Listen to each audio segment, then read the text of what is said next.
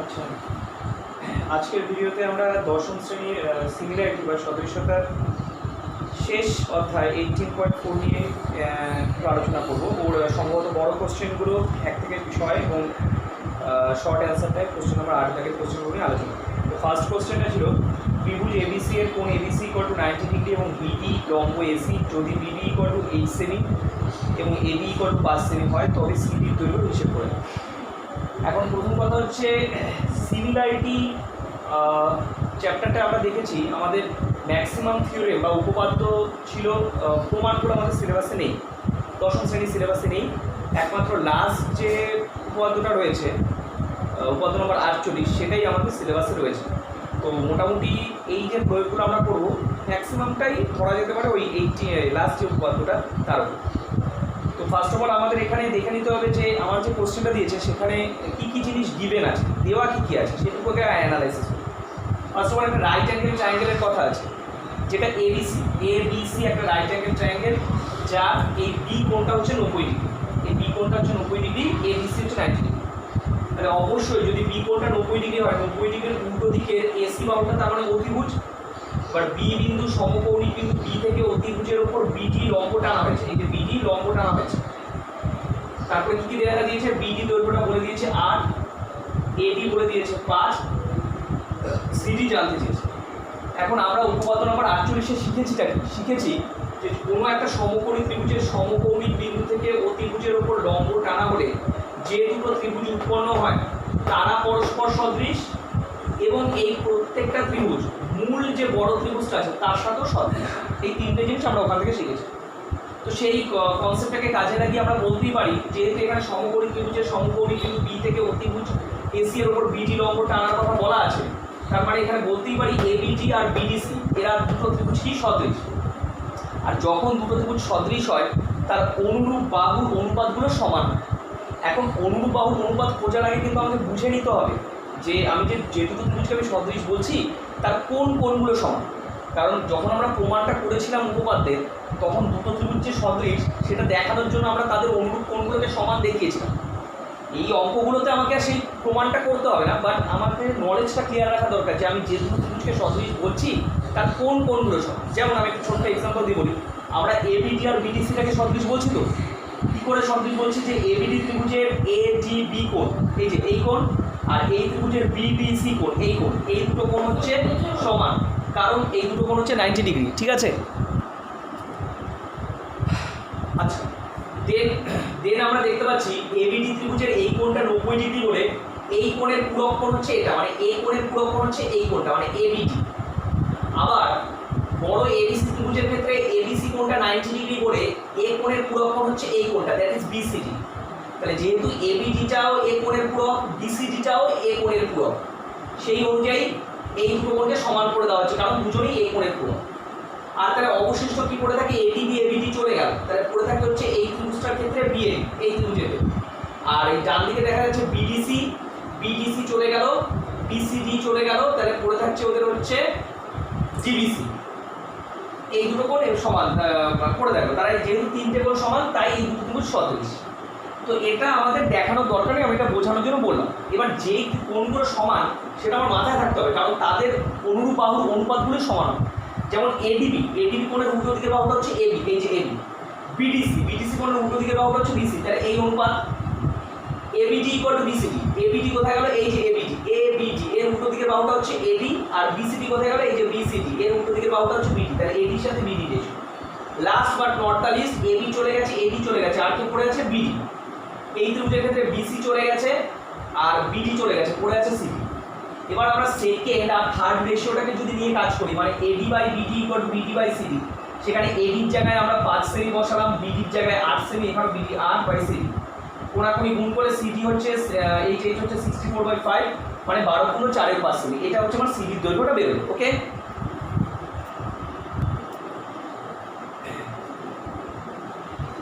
Question number 2, ABC একটা সমকোণী ত্রিভুজ যার বি কোণটা সমকোণ এবং বিডি লম্ব এসি যদি এডিটা 4 সেমি এবং সিডিটা 16 সেমি হয় তবে বিডি এবং এবি এর দৈর্ঘ্য হিসেব করে দেবে।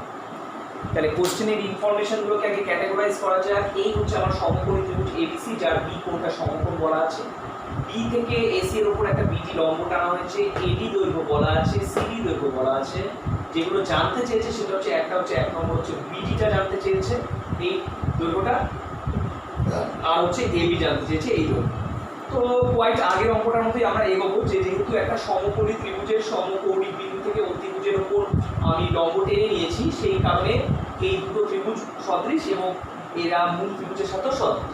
তো যাই হোক, এখানে আমার এই দুটো ত্রিভুজের সদৃশতাকে কাজে লাগিয়ে অঙ্কটা চলে আসবে, মানে এবিডি আর বিডিসি এদের দুজনকে সদৃশ ধরেই চলে আসবে।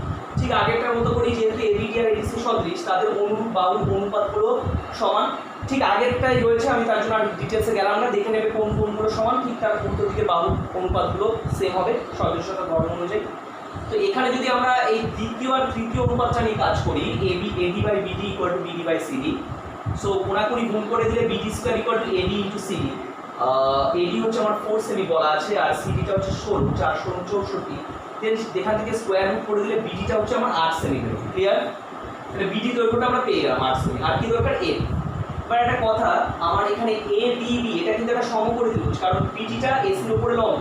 তো যেহেতু এডিবিটা সমকোণী ত্রিভুজ এবং ডি বিন্দুতে 90 ডিগ্রি কোণটা আছে, তাহলে তার উল্টো দিকের বাহু এবিটা কি হওয়া উচিত? অতিভুজ। এবং আমরা জানি পিথাগোরাসের উপপাদ্য অনুসারে এবি স্কোয়ার মানে হাইপোটেনিয়াসের স্কোয়ার ইকুয়াল টু হাইটের স্কোয়ার প্লাস বেসের স্কোয়ার, লম্ব স্কোয়ার প্লাস ভূমি স্কোয়ার। তো সেই পিথাগোরাস উপপাদ্যটা কাজে লাগানো হলো। এডির ভ্যালু প্রশ্নে বলা আছে 4, দ্যাট ইজ 4 স্কোয়ার, বিডি পেয়েছি 8, that is 8 square, so ultimate 8। এটাকে স্কোয়ার রুট করলে হচ্ছে 4√5। কোশ্চেন নাম্বার 3, ও কেন্দ্র বিশিষ্ট একটা বৃত্তের এবি একটা ব্যাস, পি বৃত্তের ওপর যে কোনো একটা বিন্দু এ ও বি বিন্দুতে অঙ্কিত স্পর্শক দুটিকে বি বিন্দুতে অঙ্কিত স্পর্শক যথাক্রমে কিউ ও আর বিন্দুতে ছেদ করেছে। যদি বৃত্তের ব্যাসার্ধ আর হয় তবে প্রমাণ করো যে P Q into P R equal to হচ্ছে আর স্কয়ার। সো ওদের কোশ্চেনের কথা অনুযায়ী এই হচ্ছে আমার ও কেন্দ্রীয় বৃত্তটা, এবি হচ্ছে তার ব্যাস, এ বিন্দুতে একটা স্পর্শক আঁকা আছে আর বি বিন্দুতে একটা স্পর্শক আঁকা আছে। বৃত্তের পরিধির উপর একটা পয়েন্ট পি নেওয়া হয়েছে। এবার পি বিন্দু দিয়ে যদি আরো একটা স্পর্শক টানা যায়, সেটা এ বিন্দু স্পর্শকে কিউ বিন্দুতে আর বি বিন্দু স্পর্শকে আর বিন্দুতে ছেদ করে। ওদের কথা অনুযায়ী দেখাতে বলেছে যে P Q into P R equal to R square, P Q into P R equal to R square, এটা দেখাবো। এবং যেখানে এই স্মল আরটা হচ্ছে আমার বৃত্তের ব্যাসার্ধ, এই কথাটা বলে দিয়েছে।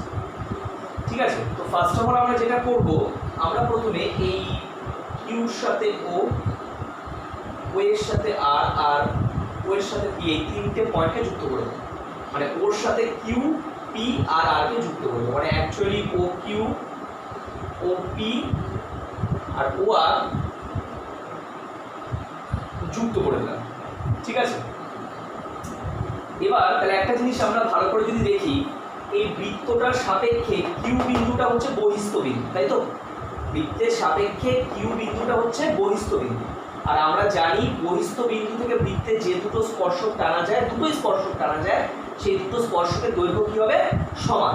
তার মানে কিউ বিন্দু থেকে বৃত্তের উপরে কিন্তু দুটো স্পর্শক দেখতে পাচ্ছি, একটা হচ্ছে কিউ পি আর একটা হচ্ছে কিউ এ। তাহলে এই কিউ পি আর কিউ এ এই দৈর্ঘ্য দুটো কি হবে? সমান। এখানে লেখাটা লিখতে হবে যে যেহেতু কেন সমান এরা, যে বহিস্থ কিউ বিন্দু থেকে বৃত্তের ওপর অঙ্কিত দুটো স্পর্শক কিউ পি আর কিউ এ, এই দুটো স্পর্শক সমান। আরও একটা ছিল যে ওই বহিস্থ বিন্দুটা কেন্দ্রের সাথে যে কোণ দুটো উৎপন্ন করবে তারাও কিন্তু সমান। ওই বৃত্তের স্পর্শক সংক্রান্ত উপপাদ্যের সম্ভবত দ্বিতীয় বা তৃতীয় উপপাদ্য ছিল এটা, যে কোনো বৃত্তের বহিস্থ বিন্দু থেকে যে দুটি স্পর্শক অঙ্কন করা যায় তারাও সমান, এবং সেই স্পর্শক দুটো কেন্দ্রে যে কোণ উৎপন্ন করবে, যেমন এখানে কেন্দ্র বলতে ও, এই দিকে একটা কোণ এই দিকে একটা কোণ, সেই কোণ দুটো সমান। মানে অ্যাকচুয়ালি এ O Q R P O Q এই দুটো কোণ সমান হওয়া উচিত। এটা হচ্ছে আমাদের এই বৃত্তের স্পর্শক সংক্রান্ত উপপাদ্যের উপপাদ্য। আবার বলছি, কোনো বৃত্তের বহিস্থ বিন্দু থেকে বৃত্তে যে দুটো স্পর্শক টানা যায় তাদের দৈর্ঘ্য সমান, এবং সেই স্পর্শক দুটো কেন্দ্রে যে কোণ উৎপন্ন করবে এটা এটা সেই কোণ দুটো সমান, সেই কারণে এই দুটো কোণ সমান হচ্ছে। তাহলে এই কোণ দুটো যদি সমান হয় তার মানে অ্যাকচুয়ালি এটা এই বড় কোণটা মানে এওপি বা পিওএ যাই বলি না কেন সেই কোণটার অর্ধেক হওয়া উচিত, মানে হাফ অফ এওপি হওয়া উচিত কি, তাই তো? যেহেতু এই দুটো কোণ সমান তাহলে বড় এওপি এর অর্ধেক হওয়া উচিত। ক্লিয়ার? নেক্সট এইবার দেখি আমরা একই রকম এদিকের বহিস্থ বিন্দুটাকে আর, এই বহিস্থ বিন্দু থেকে দুটো স্পর্শক পেয়ে যাচ্ছে, একটা আরবি আর একটা হচ্ছে আরপি। তার মানে যেহেতু বহিস্থ বিন্দু থেকে দুটো স্পর্শক আরবি আর আরপি তারা দুজন সমান, এখানে লেখাটা লিখবো বহিস্থ আর বিন্দু থেকে বৃত্তের উপর অঙ্কিত স্পর্শকটার দৈর্ঘ্য সমান, সুতরাং আরবি ইকুয়াল টু আরবি।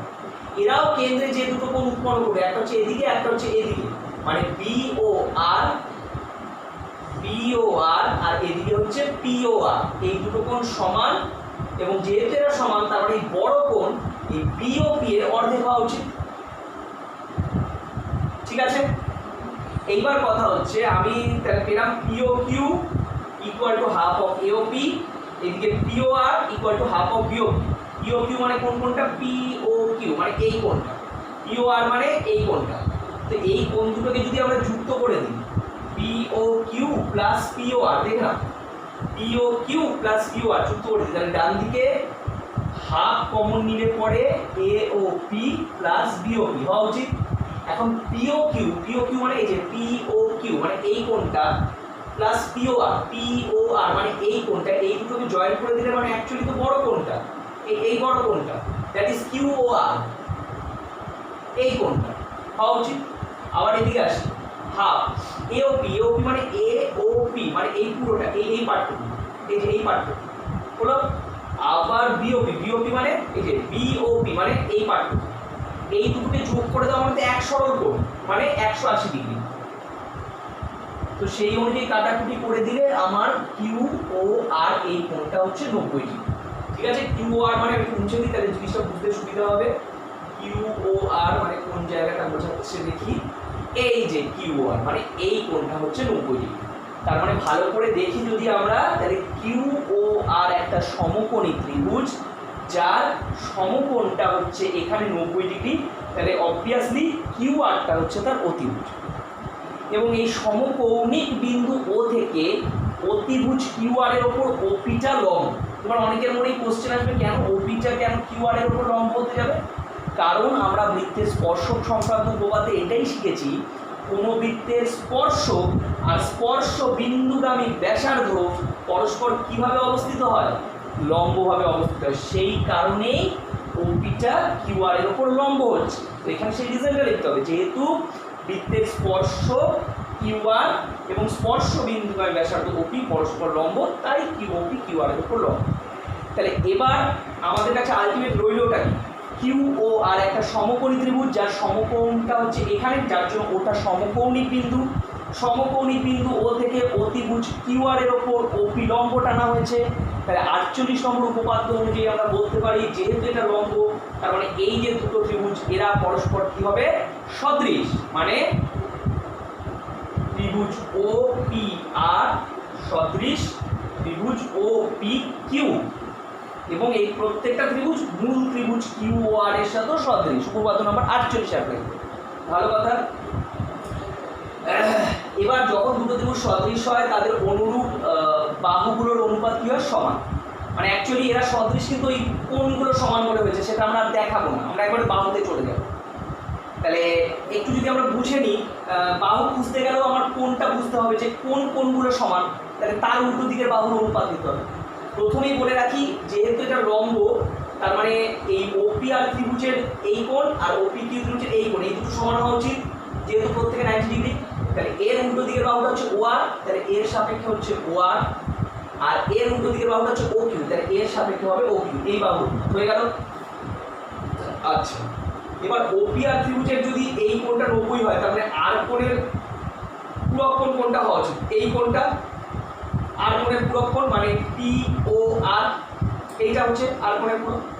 আবার যেহেতু এইটা 90 ডিগ্রি এইটা 90 ডিগ্রি, তাহলে সেই ক্ষেত্রে আর কোণের পূরক কোণ কোনটা হওয়া উচিত? এই কোণটা, মানে পি কিউ ও। যেহেতু পি ও আর এটাও আর কোণের পূরক, আবার পি কিউ ও এটাও আর কোণের পূরক, তাহলে এই দুটো কোণ মানে এই কোণটা আর এই কোণটা এরাও পরস্পর কি হবে? সমান। আরেকবার বলি, এটা সমকোণ, তার মানে আর কোণের পূরক হচ্ছে এই কোণটা, দ্যাট ইজ পিওআর, এটা এই ত্রিভুজে। আবার যেহেতু এটা 90 ডিগ্রি, তার মানে আর কোণের পূরকটা এটা, দ্যাট ইজ ও কিউপি বা পি কিউও। যেহেতু দুজনেই আর কোণের পূরক, সেই কারণে এই দুটো কোণ সমান, মানে পিওআর আর পি কিউও এই দুজন সমান। তাহলে তাদের উল্টো দিকের বাহুর অনুপাত, এর উল্টো দিকের বাহুটা হচ্ছে পিআর আর এর উল্টো দিকের বাহুটা হচ্ছে ওপি, তারা দুজন সমান। তাহলে ও আর পি আর চলে গেল, এটা ও আর চলে গেছে, পি আর চলে গেছে, ওপি পড়ে রয়েছে।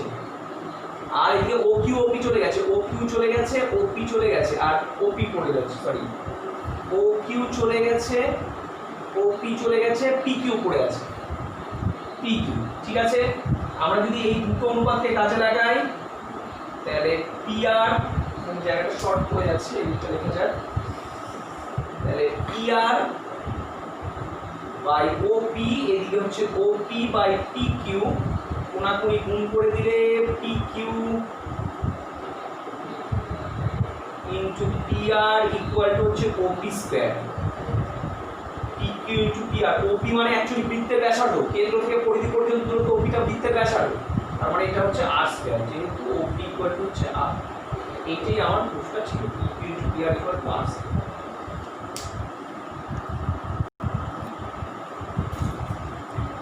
কোশ্চেন নাম্বার 4 বলেছে এবি কে ব্যাস করে একটি অর্ধবৃত্ত অঙ্কন করেছি। এবি এর উপর যে কোনো বিন্দু সি থেকে এবি এর উপর লম্ব অঙ্কন করা হলো যা অর্ধবৃত্তকে ডি বিন্দুতে ছেদ করেছে। প্রমাণ করো যে সিডি এসি ও বিসি এর মধ্য সমান্তরাল। তো যদি আমরা ঠিকঠাক মানে জিনিসটাকে বুঝতে পারি, তাহলে এবিটা হচ্ছে অর্ধবৃত্তের ব্যাস, এটাকে ব্যাস করে এই যে অর্ধবৃত্তটা আঁকা হয়েছে, এই এবি ব্যাসের উপর সি একটা বিন্দু নেওয়া হয়েছে। সি বিন্দু থেকে, মানে সি বিন্দুতে একটা লম্ব আছে এবি এর উপর, পরিষ্কার কথায় সি বিন্দুতে এবি এর উপর একটা লম্ব আছে যেটা নাকি অর্ধবৃত্তকে কোন বিন্দুতে ছেদ করেছে, ডি বিন্দুতে। এবার আমাকে দেখাতে বলেছি যে সিডি রেখাটা এসি আর বিসি এর মধ্য সমান্তরাল। মানে অ্যাকচুয়ালি কি দেখাবো আমি, যে সিডি যদি এসি আর বিসি এর মধ্য সমান্তরাল হতো, তার মানে এসি ইজ টু, মানে হওয়া উচিত AC by CD equal to হচ্ছে সিডি বাই বিসি, তাই তো? আজকে যদি বলা হয় ওয়াইটা এক্স আর জেড এর মধ্য সমানুপাত, তার মানে আমরা সমানুপাত থেকে কি শিখেছি, যে X by Y equal to Y by Z, অথবা Y square equal to X Z. এই তো জিনিসটা, তখনই তো আমরা বলতে পারি ওয়াই ইকুয়াল টু ওয়াইটা এক্স জেড এর মধ্য সমানুপাত। তার মানে আমরা যদি কোনোভাবে এরকম আনতে পারি, সেখান থেকে যদি আমরা লিখতে পারি CD square equal to AC into BC, তার মানেই আমরা বলে দিতে পারবো সিডিটা এসি আর বিসি এর মধ্য সমান্তরাল। এই কাজ আমাকে করতে হবে, ভালো কথা। তো প্রথমত আমরা যে জিনিসটা করব, আমি লিখে রাখি, আমাকে এটা করতে হবে CD square equal to AC into BC. তো সর্বপ্রথম আমি যেটা করবো এডি আর এদিকে হচ্ছে বিডি যুক্ত করে দেবো, এডি আর বিডিটাকে আমরা যুক্ত করে দেবো। ঠিক আছে, যখন আমি যুক্ত করে দেব, সঙ্গে সঙ্গে এডিবি একটা সমকোণী ত্রিভুজ হবে। মানে কোনটা 90 ডিগ্রি হবে, কেন? কারণ অর্ধবৃত্তস্থ কোণ, তো সাইডে রিজনগুলো লিখে দেবে, অর্ধবৃত্তস্থ কোণ তো এটা এডিবিটা, এডিটা ব্যাস, এডিবিটা অর্ধবৃত্তস্থ কোণ, তাই 90 ডিগ্রি সমকোণ। তাহলে সমকোণী বিন্দু ডি থেকে অতিভুজ এবি এর উপর লম্বটাকে, ডিসিটা এবি এর উপর লম্ব, সেটা হচ্ছে গিভেন ইনফরমেশন অনুযায়ী লম্ব। যদি লম্বটা টানা হয়, তাহলে যে দুটো ত্রিভুজ উৎপন্ন হবে, মানে ত্রিভুজ এডিসি আর ত্রিভুজ এদিকে বিডিসি, এরা পরস্পর কি হবে, সদৃশ। যখন দুটো ত্রিভুজ সদৃশ হয়, যখন দুটো ত্রিভুজ সদৃশ হয়, তখন তাদের অনুরূপ বাহুর অনুপাতগুলো কি হয়, সমান। তাহলে যেহেতু এই দুটো ত্রিভুজ সদৃশ, তার অনুরূপ বাহুর অনুপাত মানে কি করে, আজকে এই ত্রিভুজটার এই কোণ আর এই কোণ তো সমান হবে, এসিডি আর এদিকে আমি কোণটা লিখে নিই, এটা রাফে লেখার মতো, এসিডি আর এর হচ্ছে বিসিডি সমান হবে, যেহেতু বোথ আর 90 ডিগ্রিজ। তার মানে যেহেতু ওই দুটো কোণ সমান, এটা কিন্তু রাফের জিনিস, যেহেতু এই দুটো কোণ সমান, তো সেই কারণবশত তার উল্টো দিকের বাহু হচ্ছে এডি, এসিডির উল্টো দিকের বাহু এডি, আর বিসিডির উল্টো দিকের বাহু হচ্ছে বিডি। বলো, আচ্ছা নেক্সট, এটা 90 ডিগ্রি, এ কোণের পুরো কোণ কোনটা, এটা মানে এডিসি। আবার যেহেতু এই কোণটা 90 ডিগ্রি, সেই কারণে এর পুরো কোণ কোনটা, এটা মানে হচ্ছে ডিবিসি। এই দুটো আমার সমান, কারণ দুজনেই এ কোণের পূরক। তাহলে এবার এডিসির উল্টো দিকের বাহুটাকে এসি, আর ডিবিসি, কোথায় হলো ডিবিসি, এই যে ডিবিসি, ডিবিসির উল্টো দিকের বাহুটাকে সিডি হয়ে গেল। অবশিষ্ট কে পড়ে থাকে, এসিডি এডিসি চলে গেছে, তাহলে পড়ে থাকবে ডিএসি অবশিষ্ট এদিকে, আর এটা এটা এটা চলে গেছে, তাহলে অবশিষ্ট কে পড়ে থাকবে, এটা মানে হচ্ছে সিডিপি হয়ে গেল। ডিএসি উল্টো দিকের কোন কোনটা, ডিএসি এর উল্টো দিকে হচ্ছে সিডি, মানে উল্টো দিকের কোন মানে বাহু, সিডিবি, সিডিবি এর উল্টো দিকের বাহু হচ্ছে ডিসি। ঠিক আছে, তো এটা জাস্ট রাফে লেখার জন্য যে কোন কোনগুলো সমান। এবার আমরা যদি এই দুটো অনুপাতকে নিই, AC by CD equal to যে সিডি বাই বিসি, কোনাকুনি গুণ করে দিলে CD square equal to AC into BC, এটাই আমরা আনতে চেয়েছিলাম। কিন্তু যে CD square equal to AC into BC মানেই হচ্ছে সিডিটা এসি আর বিসি এর মধ্যে সমান।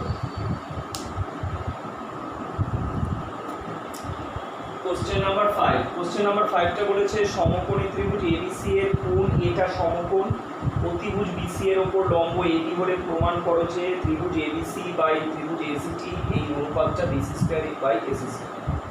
আমি সাইডে প্রুফটা লিখে রাখি, ত্রিভুজ এবিসি বাই ত্রিভুজ এবিসি ইকুয়াল টু প্রুফ করতে হবে BC square is to AC square. তো এখানে গিভেন ইনফরমেশন অনুযায়ী আমরা দেখতে পাচ্ছি এবিসি একটা সমকোণী ত্রিভুজ যার সমকোণটা এ বিন্দুতে রয়েছে, তার সমকোণী বিন্দুটা হচ্ছে এ। ওই এ বিন্দু থেকে অতিভুজ বিসি এর উপর এডি লম্ব আমরা টেনেছি, তাহলে যে এই যে দুটো সমকোণী ত্রিভুজ উৎপন্ন হচ্ছে এরা পরস্পর সদৃশ এবং এই প্রত্যেকটা ত্রিভুজ মূল ত্রিভুজ এবিসির সাথে সদৃশ। এবার এখানে আমাকে কোন দুটো ত্রিভুজ নিয়ে কাজ করতে হবে সেটা আমরা প্রমাণটা দেখে বুঝতে পারছি, এবিসি মানে মূল ত্রিভুজটা আর এবিসি এই ত্রিভুজ। যেহেতু এই দুটো ত্রিভুজ সদৃশ, সদৃশ আমি রিজনটা ব্র্যাকেটে লিখে রাখছি, এটা রাফের জন্য, মানে কেন সদৃশ হয়েছিল। এবিসি ত্রিভুজের এই কোণটা দ্যাট ইজ বিএসি আর এডিসি ত্রিভুজের এই কোণটা, এই দুটো কোণ সমান কারণ প্রত্যেকে হচ্ছে 90 ডিগ্রি।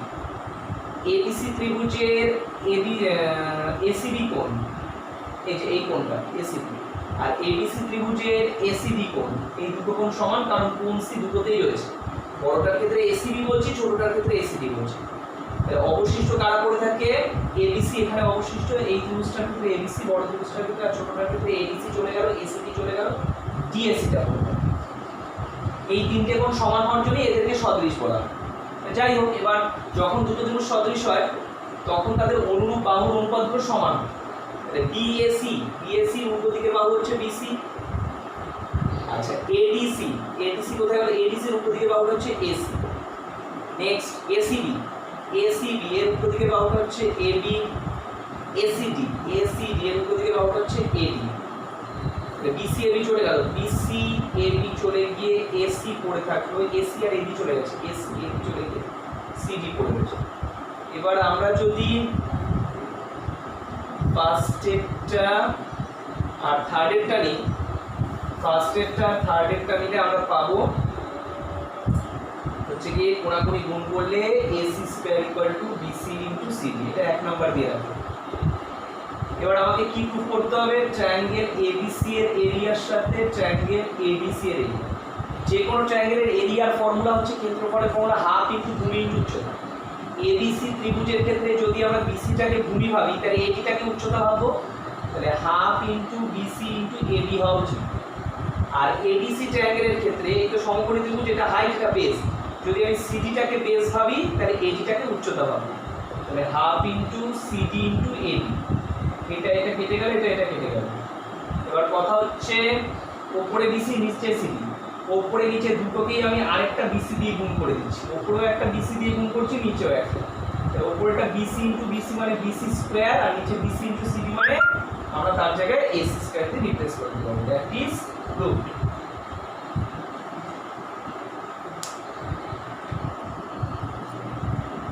কোশ্চেন নাম্বার 6 বলেছে ও কেন্দ্রীয় বৃত্তের এবিটা ব্যাস, এ বিন্দু দিয়ে অঙ্কিত একটি সরলরেখা বৃত্তকে সি বিন্দুতে এবং বি বিন্দুতে অঙ্কিত স্পর্শককে ডি বিন্দুতে ছেদ করে। প্রমাণ করো যে BD square equal to AD into DC. 2 number হচ্ছে যে কোনো সরলরেখার জন্য এসি এবং এডি দ্বারা গঠিত আয়তক্ষেত্রের ক্ষেত্রফল সর্বদা সমান। সো গিভেন ইনফরমেশন অনুযায়ী এই হচ্ছে আমার বৃত্তটা, যার কেন্দ্রটা হচ্ছে ও, এবিটা ব্যাস বলা আছে এবং ব্যাসের একটা প্রান্ত বি দিয়ে একটা স্পর্শক টানা হয়েছে, আর এ বিন্দু থেকে যে রেখাটা টানা হয়েছে সেটা বৃত্তকে সি বিন্দুতে আর বি বিন্দু স্পর্শককে ডি বিন্দুতে ছেদ করে। কথাটা এরকম যে এ বিন্দু দিয়ে অঙ্কিত রেখা বৃত্তটাকে সি বিন্দুতে আর বি বিন্দুর অঙ্কিত স্পর্শককে বি বিন্দুতে ছেদ করে। তো ফার্স্ট যেটা প্রুফ করতে বলেছে আমাদের যে BD square equal to AD into DC. আগে এটা দেখি, বিডি স্কয়ার ইকুয়াল টু হচ্ছে এডি ইন্টু ডিসি, এটা হচ্ছে ফার্স্ট। এবার আমার কথা হচ্ছে আজকে যেহেতু এটা বি বিন্দুতে স্পর্শ আর এটা হচ্ছে ব্যাস, তা আমরা জানি স্পর্শক আর স্পর্শ বিন্দু দ্বারা ব্যাসার্ধ এটা সবসময় কীভাবে থাকে, লম্বভাবে থাকে। তারপরে এখান থেকে আমরা বলতে পারি এবিটি কোণটা কত ডিগ্রি, 90 ডিগ্রি। ঠিক আছে, ভালো কথা। এবার আমি বিসি যোগ করে দিলাম, বিসি যোগ করা হলো। ঠিক আছে, এবার যেহেতু এবিটা ব্যাস তার মানে এসিবি কত ডিগ্রি, 90 ডিগ্রি। কেন? কারণ এটা অর্ধ বৃত্তস্থ কোণ। ঠিক আছে, তারপরে এইটা 90 ডিগ্রি মানে এটাও 90 ডিগ্রি। তাহলে এবার যদি আমরা এবিডি ত্রিভুজটা ফলো করি, এবিডির এটা হচ্ছে সমকোণ মানে এটা সমকৌণিক বিন্দু। সমকৌণিক বিন্দু থেকে অতিভুজ এবি এর উপর বিসিটা লম্ব, তার মানে তো তাই দাঁড়াচ্ছে এটা যদি 90 ডিগ্রি হয় তার মানে বিসি রেখাটা এডি এর উপর লম্ব। তাহলে আমরা জানি যে কোনো একটা সমকোণী ত্রিভুজের, এখানে যেটা এবিডি ত্রিভুজ, তার সমকৌণিক বিন্দু বি থেকে অতিভুজ এডি এর উপর বিসি লম্ব টানা হলে যে দুটো ত্রিভুজ উৎপন্ন হয় এবিসি আর বিডিসি, এই দুটো ত্রিভুজ পরস্পর সদৃশ। ঠিক আছে, এবং এই প্রত্যেকটা ত্রিভুজ মূল ত্রিভুজ এবিডির সাথেও সদৃশ। তো এর মধ্যে আমরা এখানে যেটা কাজে লাগাবো এটা প্রুফ করার জন্য আমরা এখানে নেব এই বড় ত্রিভুজ এবিডি আর ছোট ত্রিভুজ বিডিসি সদৃশ। আমি পাশে রিজনটা লিখে রাখি রাফে, তাহলে আমার বুঝতে সুবিধা হবে কেন সদৃশ এরা। এবিডি ত্রিভুজের এবিডি কোণটা মানে এই কোণটা 90 ডিগ্রি, বিডিসি ত্রিভুজের এই কোণটা মানে বিসিডি, এরা প্রত্যেকে 90 করে। এবিডি ত্রিভুজের ক্ষেত্রে এই কোণটা দ্যাট ইজ এডিবি, আর বিডিসি ত্রিভুজের ক্ষেত্রে এই কোণটা একই বিডিসি, কারণ এখানে কে সাধারণ, ডি কোণটা হচ্ছে সাধারণ। ঠিক আছে, তাহলে অবশিষ্ট এবিডি আর এডিবি চলে গেলে অবশিষ্ট পড়ে থাকে ডিএবি এদিকে মানে এই কোণটা, আর ওর পড়ে থাকে হচ্ছে বিডিসি, না বিডিসি হয়ে গেছে, এরপর থাকে সিবিডি। অনুরূপ বাহু মানে এবিডি, এবিডি উল্টো দিকে বাহু এবিডি, এই কোণটার উল্টো দিকে বাহু মানে এই পুরোটা এডি। তার সাথে কি আছে বিসিডি, কোথায় গেল বিসিডি, এই যে বিসিডি, বিসিডি এর উল্টো দিকে বাহু হচ্ছে বিডি, হয়ে গেল। নেক্সট এডিবির সাথে বিডিসি, এডিবি এডিবি এডিবি মানে এই কোণটা, এডিবি উল্টো দিকে হচ্ছে এবি, আর বিডিসি বিডিসি এর উল্টো দিকে এটা বিসি। এডি হয়ে গেল, এবি হয়ে গেল, আর বিডি পড়ে থাকে, বিডি বিসি হয়ে গেছে, বিডি বিসি হয়ে গেছে, সিডি পড়ে গেছে। ঠিক আছে, এর মধ্যে আমরা যদি ফার্স্ট আর লাস্ট নিই, ফার্স্ট রেশিও আর থার্ড রেশিওটা মানে লাস্টেরটা নিই, তাহলে কোনাকুনি গুণ করলে বিডি স্কয়ার ইকুয়াল টু হচ্ছে এডি ইন্টু সিডি, এটা রইল। ঠিক আছে, আচ্ছা এবার দেখাতে বলেছে সেকেন্ড পার্টটায় যে কোনো সরল রেখার জন্য এসি এবং এডি দ্বারা গঠিত আয়তক্ষেত্রের ক্ষেত্রফল সর্বদা সমান। যে কোনো সরল রেখার জন্য এসি এবং এডি দ্বারা গঠিত, এসি বলতে এই অংশটা আর এডি বলতে এই অংশটা, মানে কোনো একটা আয়তক্ষেত্র হয়তো আছে এরকম যার দৈর্ঘ্যটা হচ্ছে এডি আর প্রস্থটা মানে দৈর্ঘ্যটা হচ্ছে এডির দৈর্ঘ্যের সমান আর প্রস্থটা হচ্ছে এসির দৈর্ঘ্যের সমান, এরকম ব্যাপার। তো তার দ্বারা উৎপন্ন ক্ষেত্রফলটা অলওয়েজ সমান দেখাতে। এবার যে কোনো আয়তক্ষেত্রের ক্ষেত্রফল মানে কি, দৈর্ঘ্য গুণ প্রস্থ। মানে আমার এখানে এডির যা দৈর্ঘ্য সেটা হচ্ছে কোনো আয়তক্ষেত্রের দৈর্ঘ্য মনে করো, আর এসিটা হচ্ছে কোনো আয়তক্ষেত্রের প্রস্থ। তাহলে আয়তক্ষেত্রের ক্ষেত্রফল কি, দৈর্ঘ্য গুণ প্রস্থ মানে এসি ইন্টু এডি, এসি ইন্টু এডি। এটা বলেছে সর্বদা সমান, মানে একটা ধ্রুবক রাশি দেখাতে হবে, এই জিনিসটাকে একটা ধ্রুবক রাশি দেখাতে হবে, এসি ইন্টু এডি একটা ধ্রুবক রাশি। আচ্ছা দেখা যায় কীভাবে করা যায়। এখন কথা হচ্ছে আমরা এটা শিখেছি যে কোনো একটা সমকোণী ত্রিভুজের সমকৌণিক বিন্দু থেকে অতিভুজের ওপর লম্ব টানা হলে অতিভুজ মানে এডি, লম্ব টানা হলে যে দুটো ত্রিভুজ উৎপন্ন হয় তারা সদৃশ, এবং এই প্রত্যেকটা ত্রিভুজ বড় ত্রিভুজটার সাথে সদৃশ। তো সেকেন্ড পার্টের জন্য আমরা এই দুটো ত্রিভুজের সদৃশ্যকে কাজে লাগাচ্ছি। কোন দুটো? একটা হচ্ছে বড় ত্রিভুজ এবিডিটা নিলাম, আর বাঁদিকের ছোট ত্রিভুজ এবিসি। এই যে এবিডি বড়টা আর এবিসি সদৃশ। রিজনগুলো সাইডে আমি লিখে রাখছি রাফে। কেন? এবিডি ত্রিভুজের এবিডি কোণটা 90 ডিগ্রি, আর এবিসি ত্রিভুজের এই কোণটা 90 ডিগ্রি মানে এসি, তাই এরা সমান। এবিডি ত্রিভুজের ক্ষেত্রেও বিএডি কোণ আসবে, আর এবিসি ত্রিভুজের ক্ষেত্রেও বিএসি কোণ আসবে, এরা সমান, কারণ এখানে এ কোণটা সাধারণ। অবশিষ্ট এবিডি আর বিএডি চলে গেলে অবশিষ্ট কি পড়ে থাকে? এডিবি। এডিবি মানে কোনটা? এডিবি, এই কোণটা। আর এদিকে এসিবি চলে গেছে, বিএসি চলে গেছে, তাহলে কি পড়ে থাকবে? এবিসি। এবিসি মানে এই কোণ। তো যে কোণগুলো সমান তার উল্টো দিকের বাহুর অনুপাতগুলো সমান হবে। এবিডি আর এসিবি থেকে কি পাবো? এবিডি এর উল্টো দিকের বাহু হচ্ছে এডি। এসিবি কোথায় গেল? এসিবি, এই যে এসিবি, এসিবি উল্টো দিকের বাহু AB. Next BAD BAC. BAD কোথায় গেল? বিএডি, এই যে বিএডি বড় কোণটা, বিএডি বড় কোণটার উল্টো দিকের বাহুটা হচ্ছে বিডি। আর বিএসি, বিএসি এই ছোট কোণটা উল্টো দিকের বাহুটা হচ্ছে বিসি। আর এবি চলে গেল, বিডি চলে গেল, পড়ে থাকছে এবি। এদিকে এবি বিসি চলে গেছে, এবি বিসি চলে গেছে, পড়ে থাকছে এসি। ফার্স্ট স্টেপটা নিলাম, লাস্ট স্টেপটা নিলাম, কোণাকুণি গুণ করলে AB square equal to AC into AD. ঠিক আছে? তার মানে অ্যাকচুয়ালি এসি ইনটু এডিটা এবি স্কয়ার হয়েছে। এবার এবি এখানে তো বৃত্তের ব্যাস, এবিটা অ্যাকচুয়ালি কি? বৃত্তের ব্যাস, তার স্কয়ার তো।